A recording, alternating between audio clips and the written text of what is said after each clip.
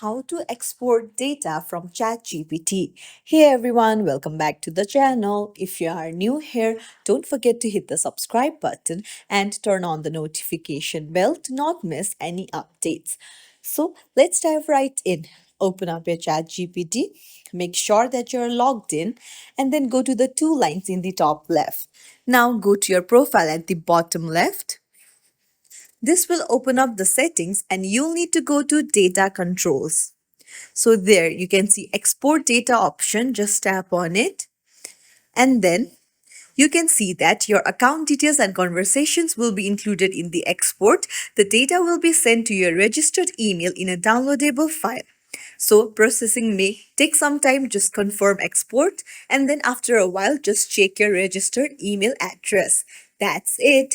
If you found this tutorial helpful, don't forget to like and subscribe to our channel for more tips and tricks. Thank you for watching.